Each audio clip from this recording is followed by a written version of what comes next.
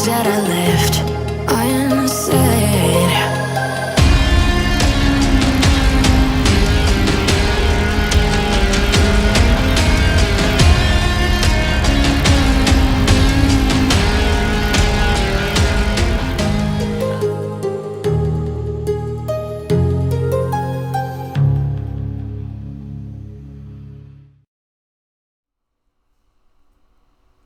Hello everyone, this is FantasyEsque and welcome back to Vampire Amazon with the Salazar Coven. When we left off in the previous episode, the Queen threw a berry bash where Nymphadora and Ursula got surprisingly romantic with each other. Against my better judgment, I thought that Nymphadora would go with any of the other two royal sisters. Apparently not the case, but I think slowly all of us are getting on board with the idea that everyone just adores Nymphadora, and it should be of no surprise to us that even the stoic warrior feels a little bit of something for the very docile scholar that we have.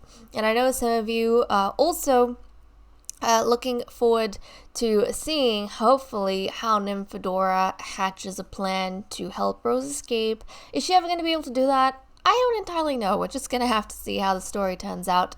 But, regardless, Nymphadora here is so stunning. I just have to say. She's so stunning. I love her so much. But she is, of course, dealing with some of the artifacts that Freya and Rose brought back from Selva Dorada, while the Queen is out doing her duty around the Queendom. And let's hit this on play, jump on down. We also have, where is it? Lady Freya is currently meditating. Yes, she's meditating because I feel like she forgets the fact that she needs to have a high skill over here so that she can go ahead and, if need be, use a fertility massage on the ladies, which she hasn't been able to do because her wellness skill isn't entirely that high. Well, I am hoping that through this practice, she's going to get it to that stage. And beside her, we also have Ursula, who is doing her own bit over here. Ursula was taking her own initiative, and I thought, wait, Freya, you're the one who should be taking initiative. So, I feel as though the Queen has quite a high wellness. No, the Queen has a 4. Nymphadora has a 2. Rose just doesn't have it, I'm fairly sure. Yeah. So, Freya does have the highest, but their mother, Narcissa, actually had, I think, a 10 or something close to that. So I'm hoping that Freya can get her skills up high because we might need that. Otherwise, it'll be pointless once everyone's had all the babies they need to have. Then she goes ahead and learns the skill. Well, that's not going to help us, is it? So hopefully she gets that underway. We are currently waiting for the Queen to come back. She should be back pretty soon, because as soon as that happens, we are going to be taking a trip around the Queendom to visit the various ladies in charge of different things. We haven't done that so far, but I feel like it's about time. And the first stop we're going to have is actually the Creature Cradle, because all of the Queen's daughters have aged up. Both the twins have become children. Unfortunately, they can't move in just yet because we have a pregnant sim. And Isadora has turned into a toddler, so I'm quite excited to go ahead and visit them, see how they are doing, and how they look. I like the makeovers I gave them. I think they look freaking adorable, but I can't wait. Okay, the Queen is back. Queen is back. She gained 3,000. Yep, looks as though she gained 3,000 in her, what do we say? Is it gifts, donations that the people give her when she makes her rounds? We don't say she's collecting taxes, of course. But okay. The Queen is going to make arrangements, and I don't think she's going to take everyone. But of the ladies we have available, the Queen is most probably going to take Nymphadora. Maybe even Freya. I think Nymphadora and Freya. She'll want to take his sister and Nymphadora. So let's go ahead and arrange for that to be the case. Let's see, Nymphadora and Freya. There we go. There we go. And there is a reason for this. There is a reason. Now, if you are the Queen of this vast queendom that spans multiple territories and worlds, well, you're going to have to know the people in your court even better than the people in your queendom itself. And part of that is knowing the relationships everyone has with each other. The Queen is not stupid, guys. She is very well aware that Nymphadora has a soft spot for Rose. And her sister Freya is indifferent, but it's nice to have a sister by her side in these important events. And plus, she's going to go visit the Salazar girls, so might as well bring their aunt along. But the queen knows how Nymphadora feels about the whole Rose situation. She hasn't obviously said anything out loud, but the queen knows that even before this whole ordeal, they had a good relationship. The queen also knows that Ursula and Rose have a very, very bad relationship, and that if she can trust someone to look over Rose and not let her escape, well, that's going to be Ursula and not Nymphadora. So the queen feels that it is better for Nymphadora and for Rose if the scholar sticks by the queen's side, where she can be supervised. It's not like the queen distrusts her, but the queen knows where her kind heart is going to send her or force her to do some things, and she feels better knowing that Nymphadora is by her side where the queen can keep an eye on her. Which is why she's bringing Nymphadora along and leaving Ursula behind. But okay, let's go ahead and go to Forgotten Hollow. This is going to be our first stop, and then we'll basically go over and visit all the ladies that we haven't visited yet. But look at that! Look at my twin princesses! They're so cute! They're so cute!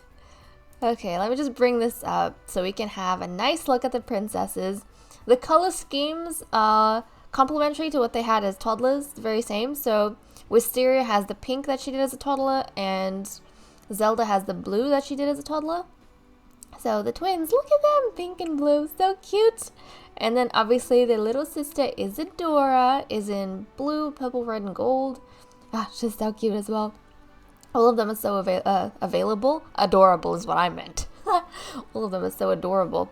Now, as soon as Rose's whole thing is over, all of these children, I don't know if Isadora's going to age up by that point, but all of these children, we're going to have 4 children moving into the castle. That means 4 beds we're going to have to prepare. We already have all of that ready, thank goodness. But these beds, we're going to have to put their portraits up, and then we're also going to have to do 3 readings. Because Rowan's done her reading, but the princesses in Seoul haven't. So we're going to have to arrange for the readings to happen as well. It's going to be pretty crazy. It's going to be pretty crazy, but I'm very excited. So let's go ahead and jump on in. And this season, we were kind of just lucky we had a whole bunch of girls close together, which is why we have so many children in what feels like such a short amount of time. But okay, let's go ahead and see how the girls are. And they had some interesting traits that they grew up with. They grew up with some fascinating traits. Who knows what type of stories we can cook up with all of this. But okay, let's head on down and have a look at my precious princesses. Okay, let's have a look at our identical twins. I love them. I love them so much. So this over here is Wisteria, of course. And guys, I have to flippin' say, their eyes, when you look at their eyes, they have their mother's color, but definitely looks like they have their father's eye shape, which I am so excited about, because when they grow up, they're going to have the pretty big eyes that Benson did. So I'm very excited about that. So Wisteria over here in pretty pink, and then we have Zelda over here in pretty blue. Love it. And she has a tooth gap. I wonder if her sibling has one as well. I can't tell, but Zelda has a tooth gap. And then the adorable little, I was about to say Freya, but no, this is not Freya. This is the adorable Isadora. She's got the blue eyes that her mother does. Look at her, she's so cute. She's so flippin' cute. She inherited her father's dark brown hair, so she does not have the white hair that her sisters do. But she has her father's, Stefan's dark brown hair. And she's so adorable. She's so cute. Let me know what you guys think. Oh my goodness. Sol, how you doing? How you doing? Sol's excited that her mother's here, and so is... Look at these ladies. I love how they're standing like this together in a trio. I love it. I don't know what's wrong with your eye there, Ursula, but I love this. Look at them. I love this trio. They're just like all together. Oh, that was a flare. Right. I was like, what is that? They were just casually catching on fire. Okay. Ursula, you are going to knock on the door and head on inside. The queen, meanwhile, is going to... Oh, yes. Share vampiric knowledge with your daughter. Of course, you want to get them started early. And what else? Let's see if we can do that. Not complain about sunlight. Offer advice on vampire life. Definitely. She's going to advise both the daughters. And then she is going to greet Isadora. Brighten her day. Oh, I love this so much. I love it. I love it. Look at them. Wisteria and Zelda, our twin princesses. Oh my goodness. I don't think I've loved a pair of children this much in forever.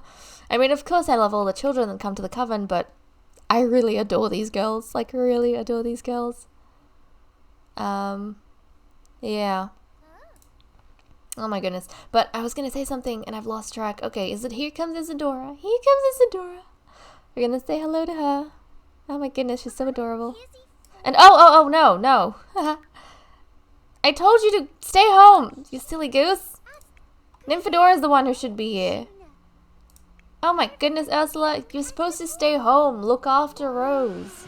Jeez. Okay, well, Ursula's gonna head back to the Flippin Castle and look after Rose. Because that's why we left you there, remember? Oh my goodness. For a second I forgot, but no, that's why we left you there. So she's gonna head back and keep an eye on Rose. Thank flippin' goodness. And look, Athena's already going ahead to train, and Persephone's here as well, which is nice to see. Sola's in the area. And Rowan, yep, so is Rowan. Look at them. I love looking at the girls chat with each other and all of those amazing things. But yeah, traits. So, Wisteria here, our heiress, actually ended up with the trait, gloomy. So she is a gloomy princess. And I was wondering, why is that the case? And I figured, I don't know the story yet entirely, but I figured maybe it's because she's growing up in a time where there's a lot of death and pain and strife and just emotional turmoil. So maybe she has grown up a bit gloomy because of all of those things. I don't know. That's just an assumption that I have.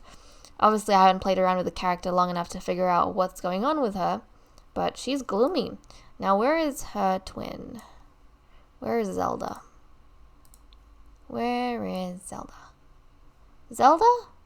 Oh, here we go. Here is Zelda. Now, Zelda, Princess Zelda over here, has gotten the trait squeamish. So she's a very squeamish princess, and I feel like that's a little bit fitting. It kind of suits their lifestyle because she probably as a princess doesn't have to do anything. So no doubt she's very squeamish about a bunch of things. She doesn't like dirt. She doesn't like cleaning up herself. Obviously she has servants to do it.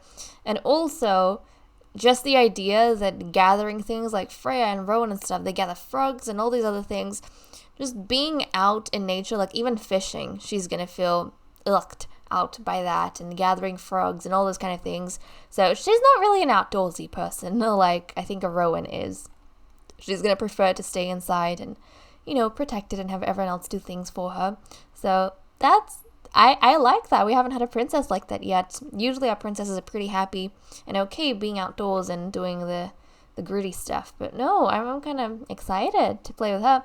And this kind of falls in line with her being the younger sister and Wisteria being the older one who is in line for the crown, because I can see Wisteria being a lot more mature than Zelda maybe. When they were young, Wisteria used to look up to Zelda a lot. They kind of seemed that way.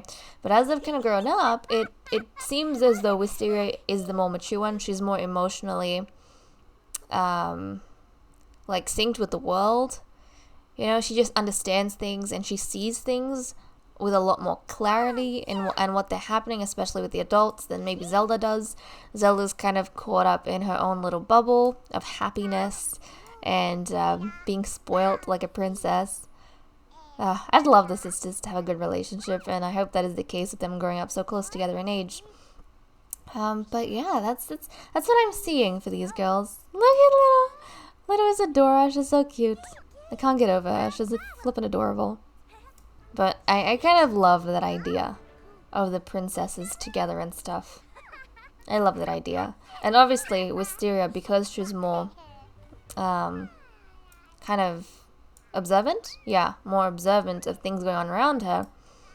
She has a lot more emotional burden than her sisters. And as a result, I can imagine her feeling a lot more gloomy. Because, I don't know, maybe it's the fact that the, I don't know if it's the violence or what it is, but just the harshness, maybe the harshness of vampiric life and adult life has kind of hit her quite early, too early in fact.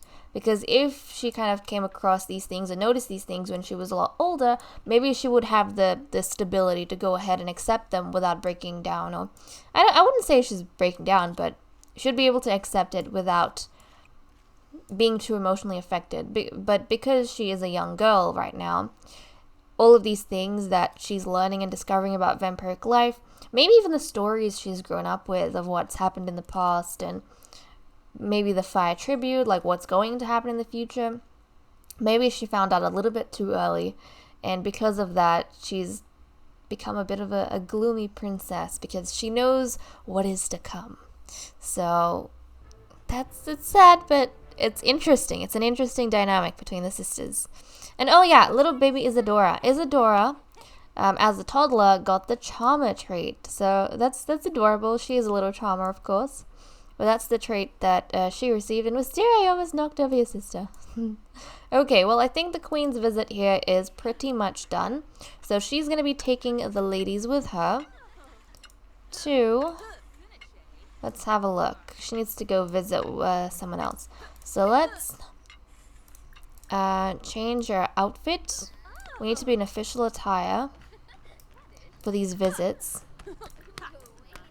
Let's change our outfit. And Ursula. Actually, not Ursula. Why don't we change into their formal outfits? So Nymphadora, let's change into your formal wear. And then we'll go ahead and we'll visit whoever we need to visit. And the queen's also going to dress in her formal wear because this is a formal visit to all the other ladies who work in the queendom doing important things. Okay. Is everyone... Yep, everyone's changed. So now we are going to travel to... Let's see, our first stop. Not with Persephone, just with Nymphadora and Freya. Our first stop is going to be... I think right now... Yeah. So... we visited Christmas Winter, who is the castle keeper at Castle Sheba. And let's see. We have a Glimmerbrooke Embassy, don't we? Yes, we do. Which we haven't really visited. So let's go ahead. We're going to go visit the Glimmerbrooke Embassy. Right over here. And we're going to visit our first lady, Arya Frost. Also, guys, if you see your Sims here in this episode with any of the visits that we have, or in a future episode, then please feel free to give yourselves a shout out, because it has been a while and I might have forgotten who made who. But I know these are all submissions. So, okay, let's have a look at Arya Frost. Our spellcasters and our alchemists would be familiar with her, because oftentimes they have to stay with her. And also, this is a fitting place to come after the Creature Cradle, because Rose, if she has a daughter, her daughter's going to grow up in the Glimmerbrooke Embassy. She's actually never going to join the castle until she is needed as a spellcaster. So, there we go. Let's go ahead. Let's knock on the door and greet Arya Frost. Okay, looks like she's right out front. And here she is. This is Arya Frost. Let's do it. Oh, no. Are you going to say hello? I want you to do a royal greeting. There we go. Let's do a royal greeting, because that's so much cooler than just having a normal... Oh, there we go.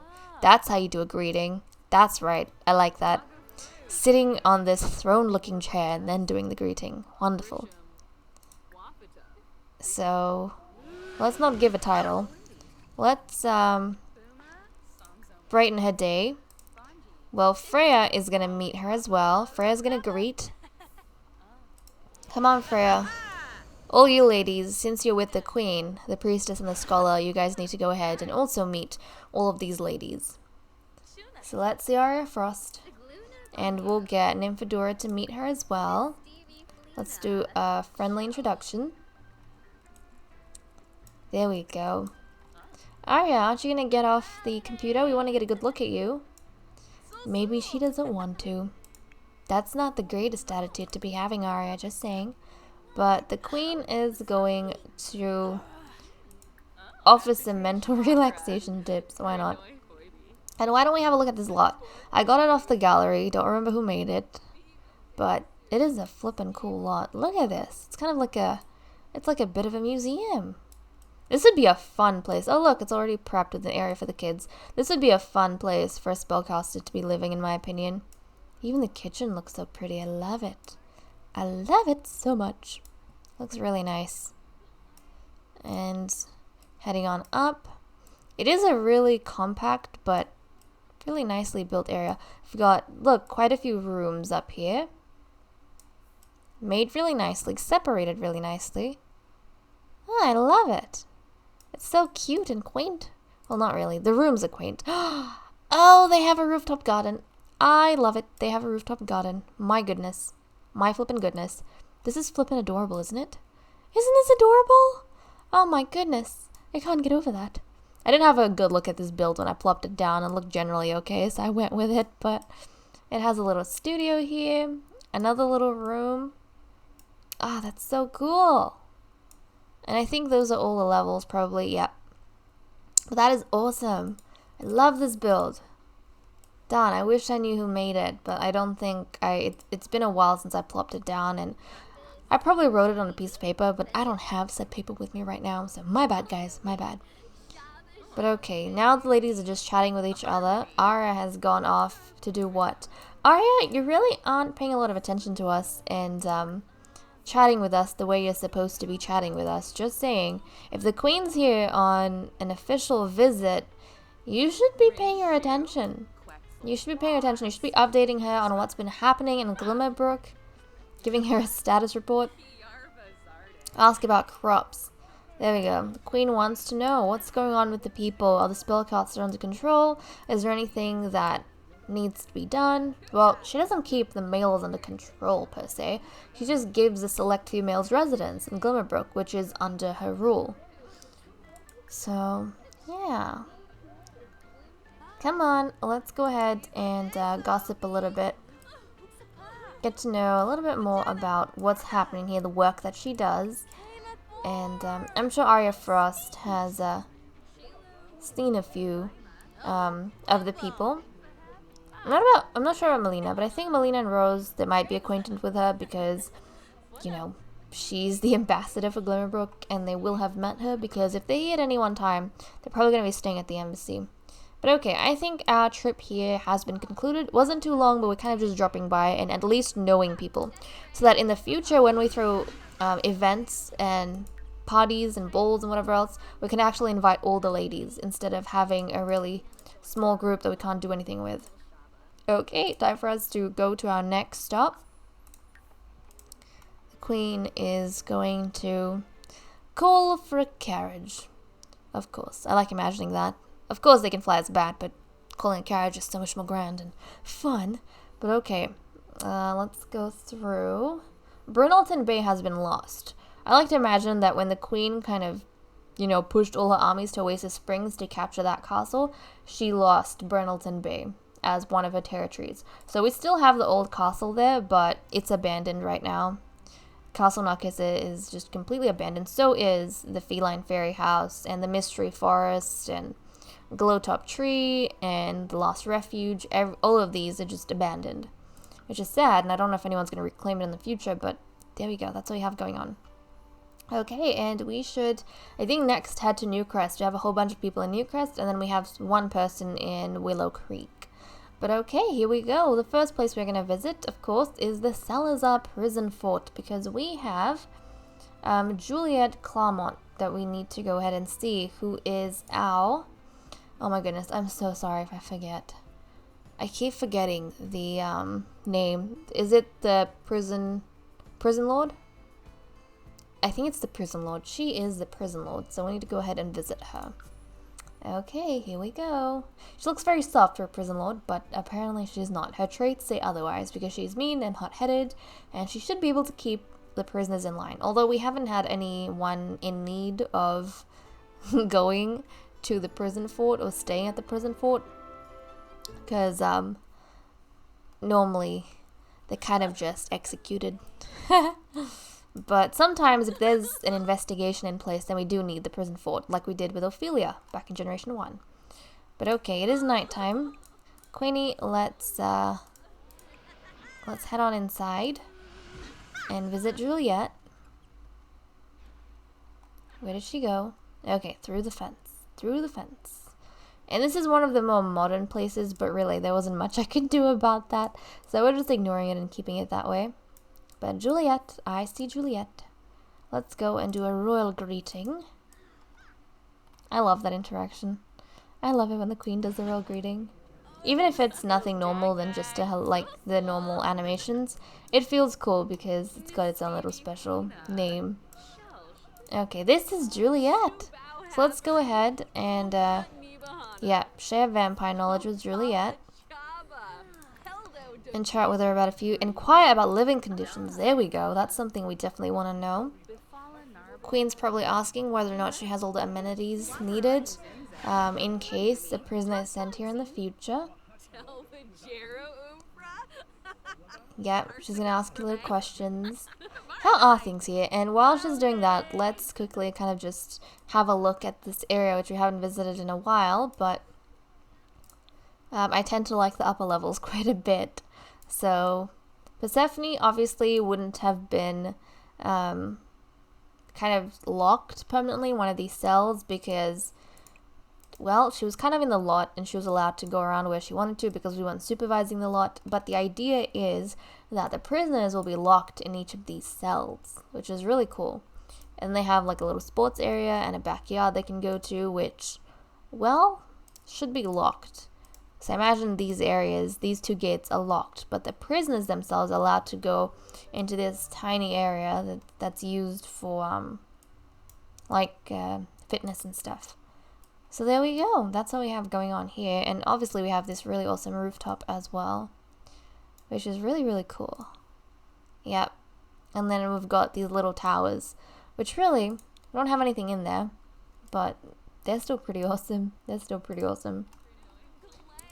Okay, though, let's get, who else? Have the others met Juliet? No. Freya, come and greet. Is Persephone here?